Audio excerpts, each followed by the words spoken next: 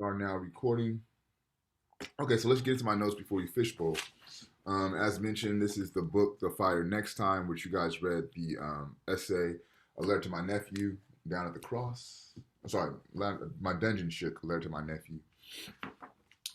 So for me, just to jump into the actual text itself, because you're familiar with Baldwin from last week, so I'm not going to give the overview on him.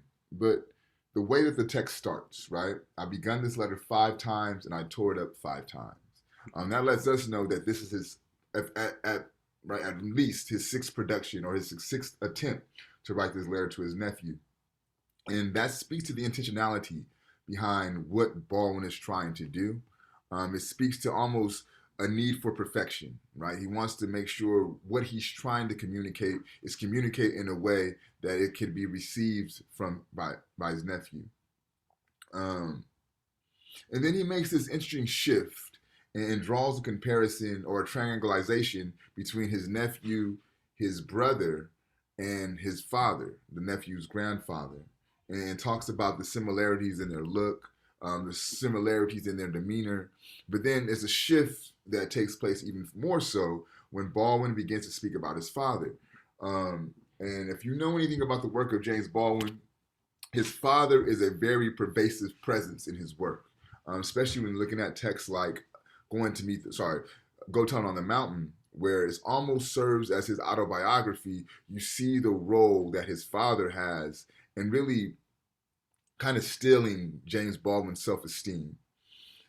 And as he kind of talks about his grandfather, he states that he was defeated long before he died because at the bottom of his heart, he really believed what white people said about him, right?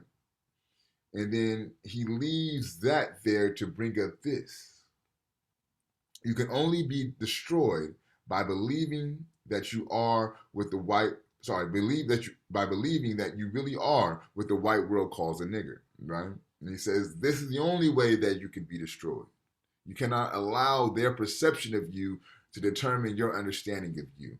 I've seen this destroy my father, and I don't want this to happen to you.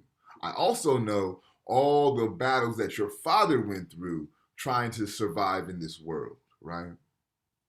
And he says that very explicitly. I know what the world has done to my brother and how narrowly he has survived it. And I know, which is much worse, and this is the crime of which I accuse my country and my countrymen, and for which neither I, nor time, nor history will ever forgive them. That they have destroyed and are destroying hundreds of thousands of lives and do not know it and do not want to know it, right? So this is the crime. Your ability to destroy lives and then pretend as if you don't know what you're doing, right? But then he continues. But it is not permissible that the authors of devastation should also be innocent. It is the innocence which constitutes the crime. I'm gonna read that one more time.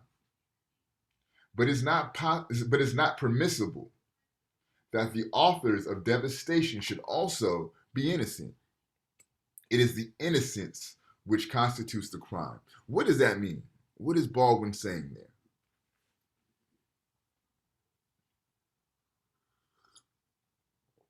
You said it one more time? Yeah, so what, let me read the passage again, and I'm asking, what does this passage mean? So, but it is not permissible that the authors of devastation should also be innocent. It is the innocence which constitutes the crime. What does that mean?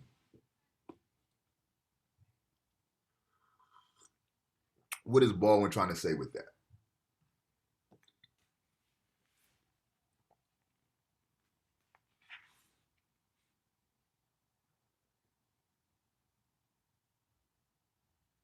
Think about it. He's talking about how this white world is destroying hundreds of thousands of lives, right? So those are the destroyers, okay? The authors of devastation. It is not permissible. What does permissible mean? What does permissible mean? Allowed. Yep. So it's not allowed. It's not allowable. It's not okay. It's not authorized that the authors of devastation, who's the authors of devastation?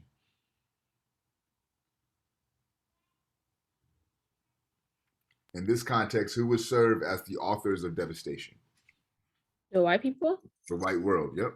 So it's not allowable that these authors of devastation or white folks should also be innocent. Okay. But this is where it gets deep. It is the innocence which constitutes the crime. What does that mean? It is the innocence which constitutes the crime. What is he trying to get you to think about?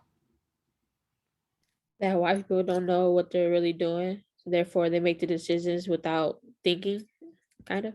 Kind of. But I think he's saying that they do know what they're doing. But the fact that they play like they don't know what they're doing is the real crime. The fact that they pretend to be innocent, that's what constitutes the crime. So, in other words, I'm not holding you accountable for 500 years of oppression that you put my people through, right? The old adage that, well, my people, I didn't enslave anybody, right? Sometimes this is what you hear when you have conversations around race with Anglo-Saxons, right? Well, I didn't do this. Okay, so Baldwin saying, bet, I'm not holding you accountable for that. I'm not going to hold you accountable for Jim Crow. I'm not going to hold you accountable for segregation. I'm not going to hold you accountable for these things. These historical happenings that happened a long time ago that may have happened before you were born. I'm not going to hold you accountable for that. But what I am going to hold you accountable for is pretending to be innocent. That's the crime, right? Again, if you think about the pillars of white inferiority, the maintenance of white innocence, that speaks exactly to that point. Let's not talk about what you did. We're not talking about the devastation that you caused. Granted, that's a historical fact, but what I'm focused on is the fact that you're still holding on to this notion of you being innocent. Okay? This will become important. Go ahead. I'm sorry. Somebody said something? Yeah, sorry to interrupt. Okay. I was just thinking. So you said that the true crime was the innocence, right? Mm-hmm. So would that mean that it was more of an injustice that so little changed in that time span as compared with the actual like actions? Right. And I think also to piggyback on your point, Rohan, not only that so little has changed, but the fact that you guys are holding on to your innocence, that's allowing for the so little to change, right? Because you can't rectify what you don't see as wrong. Does that make sense? Yeah. Yeah. So you're absolutely correct. Um, okay. Okay. Okay. Let's get the crime. And then so there's a shift that kind of takes place, and he talks about James being born, his nephew being born, and to me that shift is where love kind of makes this arrival on within the text, and he says, "I was not here, you were to be loved, baby, hard at once and forever, to strengthen you against the loveless world. Remember that. I know how black it looks today for you. It looked bad that day too. Yes, we were trembling. We have not stopped trembling yet. But if we had not loved each other, none of us would have survived. And now you must survive because we love you. And for the sake of your children and your children's children, right? This love will sustain you. This love in a loveless world allowed us to get through the fear of you being born, right? Then he continues. This innocent country set you down in a ghetto in which, in fact, it intended that you should perish. Let me spell out precisely what I mean by that. For the heart of the matter is here, in the root of my dispute with my country. You were born where you were born and faced the future that you faced because you were black and for no other reason. The limits of your ambition were thus expected to be set forever. You were born into a society which spelled out with brutal clarity and in as many ways as possible that you were a worthless human being. You were not expected to aspire to excellence. You were expected to make peace with mediocrity, right? And this is what Brianna was talking about. You are expected to be normal, right? You're expected to, if you grew up in the Jordan Downs projects, to never leave the Jordan Downs projects. You're expected if you lived in the Nickerson Gardens projects, you were never leaving the Nickerson Gardens projects. You're expected if you were born in the jungles, you're never leaving the jungles, right? And you're expected to not even desire to overcome those circumstances, but to be okay with just being there, right? There's nothing beyond Breed Street and Soto, right? There's nothing beyond East Los Angeles. That is the totality of your reality, okay? But again, that's believing what they say to be true about you. He says that the details and the symbols of your life have been deliberately constructed to make you believe what white people say about you. So to me, that speaks to the white imagination, right? The symbols, the details of your life have been deliberately constructed to make you believe what the white people say about you, right?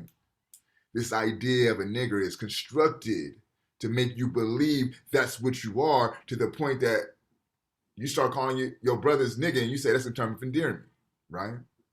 Believing what the white world says about you. And this is where it gets interesting.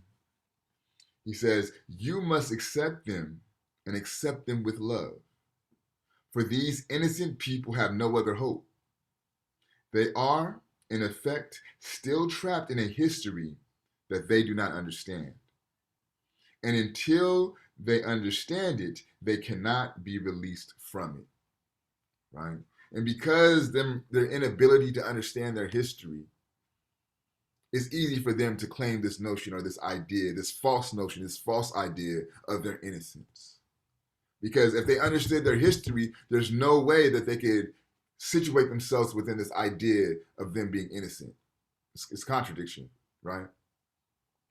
So this is what Baldwin's trying to get us to think about. Not only the fact that, yes, this system is damaging to black folks, right? I seen what it did to my dad. I seen how my brother had to fight to get around this. So let me kind of advise my nephew so he doesn't have to fall victim to the same pitfalls, right? But I'm also seeing how this is impacting the Western world, how this is impacting the white world. The book is entitled The Fire Next Time. This is a biblical reference. Does anybody know the biblical reference for this fire next time? Okay. So I'm going to read this little part. If we, and now I mean the relatively conscious whites and the relatively conscious blacks, who must, like lovers, insist on or create the consciousness of the others, do not falter in our duty now, we may be able, handful that we are, to end the racial nightmare and achieve our country and change the history of the world. If we do not now dare everything, the fulfillment of that prophecy, recreated from the Bible in song by a slave, is upon us. God gave Noah the rainbow sign. No more water, the fire next time. So this is how he ends the book, right? This is not in the part that you guys had, but this is how he ends this book that's titled The Fire Next Time.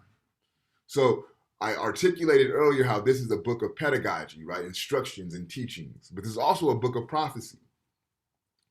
No more, God gave Noah the rainbow sign, no more water, the fire next time.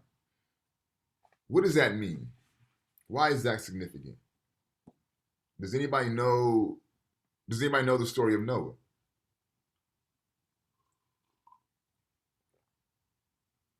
So God was displeased with the way that human beings were functioning on Earth, and he said he would end humanity by sending a flood. And he told Noah that he would do so, and he instructed Noah to build the ark, right? That's where you get the two of each animal, get them on the ark. You get your family, you get on the ark so we can repopulate and keep humanity going, okay? God said, right, this time I'm using water to clean up humanity. But next time I'm not using water. Next time will be the fire, okay? So that's the biblical reference. This book was published in 1963. So for me, the historical contextuality is important, right? So what was going on in the early to mid 60s? The civil rights movement was very popular, okay? Also in this book, there's a conversation and a distinction between two methods of approaching Black grievances. One is the civil rights track of Martin Luther King, of Bayard Rustin, and all these civil rights activists, right? This is one line of thinking: integration, nonviolent, etc., etc. Another school of thought that's popular at this time were the Black Muslims, they were the Nation of Islam, and the likes of Malcolm X and Elijah Muhammad. Elijah Muhammad, the Nation of Islam, believe in Black separatism, right? So as the civil rights movement is saying, let's move and integrate society and become one, the Black Muslim like, nah, fuck that. History has showed us that these people cannot be agreeable. We cannot live with these people, so we need to separate from these people and build our own, do for self. This idea of what's called Black nationalism. So these are the two schools of thought at the time, right? And essentially what Baldwin is saying, if you don't listen to the civil rights movement as it's articulated now with this nonviolence approach, you're going to have to deal with the likes of Elijah Muhammad and Malcolm X, who aren't so nonviolent, who aren't so patient, who aren't trying to integrate, who are about establishing their own power base. The fire next time. So what ends up happening in the 60s, right? Malcolm's killed, Martin is killed, and when Martin is killed, that does a lot in the consciousness of Black folks, right? Because this is our champion of nonviolence, and he ends in a violent death. So if they're going to kill King, then there is no hope for anyone, right? And what you start to see is the radical nature of the Black consciousness begin to pick up, which will evolve into groups like the Black Panther, like the Black Liberation Army, et cetera, et cetera, et cetera. That's that fire that Baldwin is warning America about, right? Because yes, it's about saving the Black body so they don't have to go through the experiences of his father, right? But he's also interested in saving the American soul. And he's warning the Americans to rectify this, to get in touch with your history, right? To get in touch with the things that you're uncomfortable about yourself, because if you don't, you're going to create a situation to where the fire is coming down, right? So I'll end there. Okay, so you have to do 2 fish bowls a semester. If you've done 2, you're good. You only get 1 time to pass. You could talk about the video that was watched. You could talk about my notes. You could talk about the breakout rooms or your journal. Is there anyone who wants to volunteer to fishbowl? I can go. David, and who else was that? Me. Okay, was that Cydia? Was that you? Yes, sir. Okay, thank you. Sorry about that. Can we get one more? You have another volunteer? All right, so I'll call that random. Emiliano, have you fishbowled twice already? Yes. Okay, I thought so, man. I wasn't sure. Andy, have you fishbowled twice already? Yeah. Okay. Brianna, have you fishbowled twice already?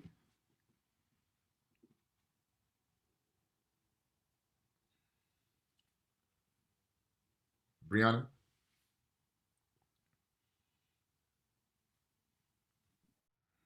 Maybe you repeat that? Yeah, have you fishbowled twice already? Oh, yes, I did it multiple times. Okay, all right, so you were good. I think Rohan, you went twice already. Also, Carlos, have you went twice already? Yeah, I went twice. Okay, so we'll just roll with the two. And then what's going to happen is once we get to the point of the semester where everyone's fishbowl, we'll just skip that part and we'll just go directly into class conversation. So, David and Cydia, whoever wants to start it off, it's on you. I can go. Okay. So again, I apologize like for any background noise you might hear. But for me, I didn't necessarily like. I spoke about it last time that I was kind of like I'm still learning about everything within Black culture and everything.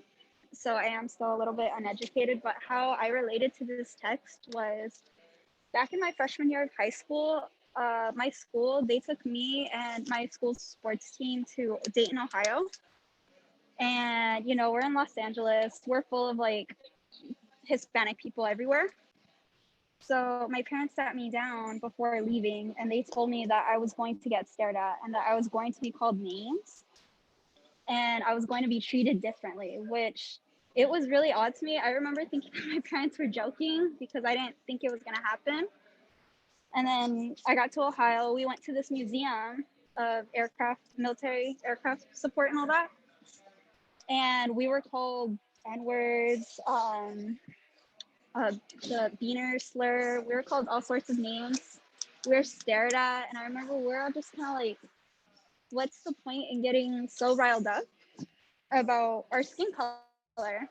And that was kind of the first time I ever dealt with racism in my own life.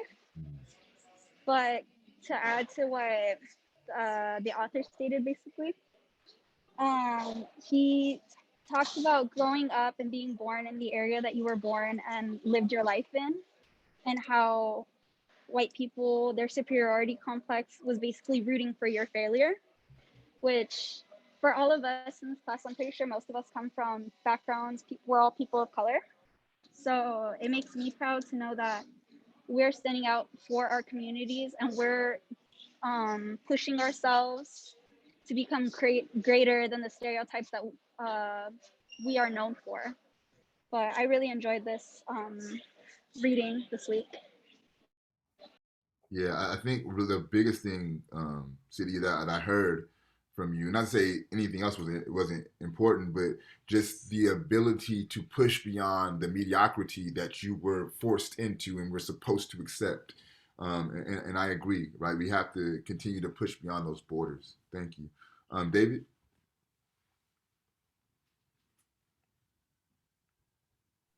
All right, so kind of trying to connect to what Cydia said.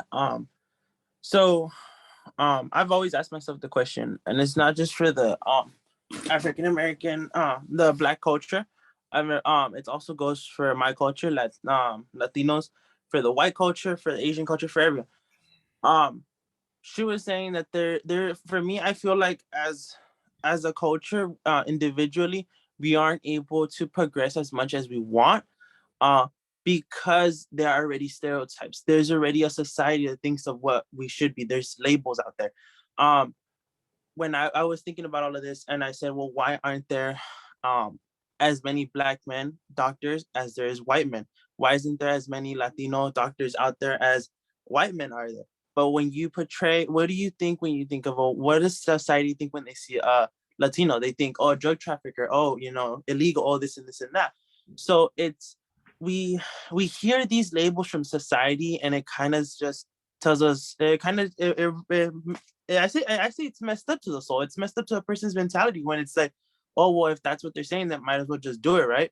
It's the same thing for a Black person. What do you think what does society think when they see a Black person? They get scared. Why do people get scared? Oh, because they can rob, they can steal, they might kill, all this. That's society's thinking, and that's what I feel like all of us should be able to break that habit of thinking everybody else is and judging people like this, because I feel like if we are able to stop this, I feel like it can increase the chances of individuals and those cultures to succeed at a higher level at greater numbers, and get people out there in society to be more doctors, more Latino doctors, more Black doctors, more Black lawyers, more more Black presidents than just one that we had only. You get me? Yeah. And I kind of wanted to connect them, because how you were saying, there's not many people that, once you live there, that's all you know, and that's it. And I feel like, because I feel like society has a big role in playing on that. Yeah. And I think it's funny, David, because you talk about these stereotypes and talk about drug traffickers, you talk about people robbing and being violent, and how historically inaccurate these stereotypes are, right? Um, the opioid crisis that's currently impacting the Western Hemisphere, that's not indigenous people drug trafficking that, right? These opioid crises are prescription drugs. Correct me if I'm wrong, right? By and large, who are the major players behind the prescription drug industry? Does it look like David, or does it look like someone that's not in this class, right? They don't look like David. So the whole society understands this stereotype as indigenous people being drug dealers, but we don't think about the role that white folks play in drug trafficking, right? Do you guys know that the whole crack cocaine era of the 80s was a government intervention? They pumped crack into the black and brown communities to fund a war in Nicaragua. The government did this, right? So when you talk about drug dealing, who are we really talking about? Okay? Stereotypes of blacks being violent and robbing folks, right? How did they get America? Through violence and through robbing. How did they fill all their museums? Through violence and through robbing. How is it that African resources, oil, diamonds, gold, coltan, rubber, ivory, chocolate, I could go on, right? How is it that all these resources are controlled by white men? Violence and robbery, right? So these stereotypes, these symbols, they are allowed to be produced and perpetrated when we don't understand history. It's going to be a lot hard to have a race of black people understand that they're robbers when you know that the real people who is robbing and stealing are the people who have your land.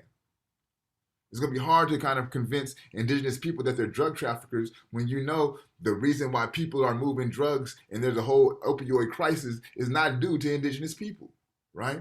So this lack of understanding history, this being trapped in a history that you don't understand, that Baldwin is pointing us to, it keeps it to where these stereotypes can still have life, right?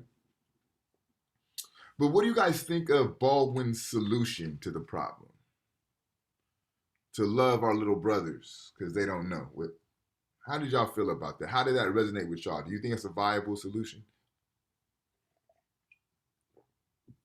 I don't think it's a viable solution. I honestly think that it's a solution, but it's not, the best one that's out there. You get me? Yeah. No, I get you, David. I do want to overemphasize. Let's not think about love in a romantic context, right? It's not about making mixed babies. That's not what Baldwin's saying. He's saying this love should disturb you. Disturb you in a sense that it's going to make you uncomfortable with your real self and not allow you to lie to yourself about who you think you are, right? He likens this relationship to he calls them your younger brothers, right? Your countrymen, your younger brothers. I'm the oldest of two younger brothers.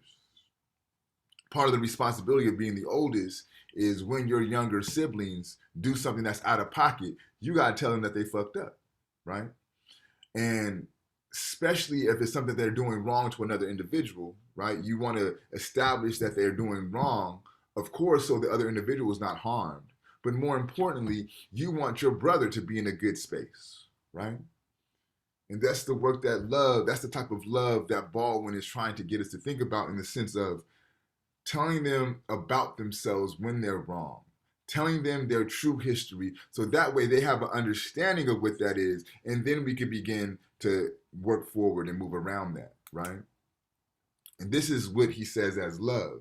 And this is what he says can allow us to move beyond where we're at. And that's one way to go about it. But there's other ideas and people had other means to operate, because at the end of the day, right, you can only put up with so much for so long. And I often find, if I could use the analogy of a bully, right? Anybody been like not cyber bullied, but like physically bullied, right? Like somebody, you have to physically deal with somebody trying to take something from you or to physically harm you, right? In my experience is you could run from them, you could try to hide it from them. The only time that really stops, that bullying really stops, is when you have a confrontation. Even if you lose the fight, oftentimes, the fact that you fought would stop that bullying from taking place, right? So what I'm trying to get at is, what is the distinction between, let me rephrase this. So his approach is to love. The civil rights approach was nonviolence, right? Where do you distinguish between self-defense and an eye for an eye, right? Is there a distinction between the two? Can an eye for an eye be an act of self-defense, or is that just pure violence? That's a question I pose to you guys. What do you think? Do you think that self-defense can be understood as just that, self-defense, or is it simply understood as an act of violence?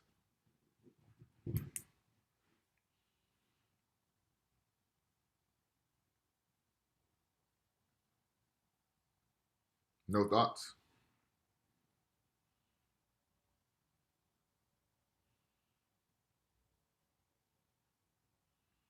Mac, what do you think?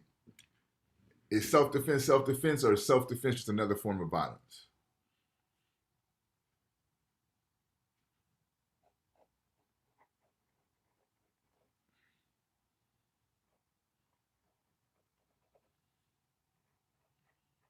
Mac, you there?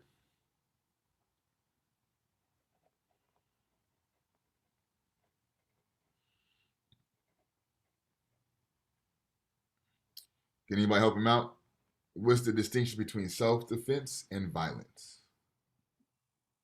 I mean, I think self-defense is well, what do you think when you think of violence? You think of someone, initiating it's like starting it. They're the ones provoking it and starting it. I feel like self-defense is just I mean, I don't want to say defense because you're using trying to define the word with the word. But it's I guess it's a way to protect yourself when it's really like the last resort. Because like you said, you want to stop a bully like that, you gotta confront him, because sometimes you want to delegate and it might not be worth it, or it might not even work. Right. So, and I guess to answer your question, the difference between both is violence is someone would be provoking and starting it first, and self-defense is more of a way of protection and trying to protect yourself and take care of yourself. Yeah, I would agree, David. I think that's the distinction there. And we'll continue this conversation in the next 2 weeks. So not next week, because that's your midterm, not the following week. So about 3 or 4 weeks, we'll continue this question of violence or self-defense, and we'll trouble this conversation a little bit more by adding in this idea of violence and force. What's the difference between the two, right? Why are some groups violence understood as force, while others violence is just understood as violence? And we'll get into that a little bit later in the semester. Before we go, just want to point out to you guys that we will not have any readings for this week. What I will send out to you on Thursday or Friday is a midterm study review guide. So read through that. And then Monday, we'll go over that together. I'll answer any questions that you guys have about the midterm study review, and we'll prep you guys for your midterm. And then after the midterm, we'll pick back up on our reading with Malcolm X, I believe. So yeah, that's that. You'll get an email from me next this coming Thursday or Friday, and then we'll review this information next Monday. There is an extra credit opportunity. I posted that to you, or sent that to you guys last week via email about Netflix's I Am Not Your Negro, a James Baldwin documentary, which is also available on Amazon Prime or Canopy. You could watch that, do a journal entry, and then you'll get extra credit. Also, remember that your journals will be due with the midterm. So you have your first check-in of your journals. You'll submit that when you submit your midterm. So you want to start getting those in order. Any other questions, comments, or concerns? When's the midterm again? The midterm review will be next week, and then I will be emailing you guys out the midterm that Thursday, and you have to get it to me by that Monday, excuse me. So to give you exact dates, we'll be doing our review on the 25th. I will send out the midterm on the 28th, and it will be due by either the 1st or the 2nd of November. And I'll kind of set you guys up for that, so you'll be prepared. Any other questions, comments, or concerns? All right, bet. You guys have a good rest of your week. Be healthy, be safe, be wise. Get your exercise, your water, and your sun when you can. Peace.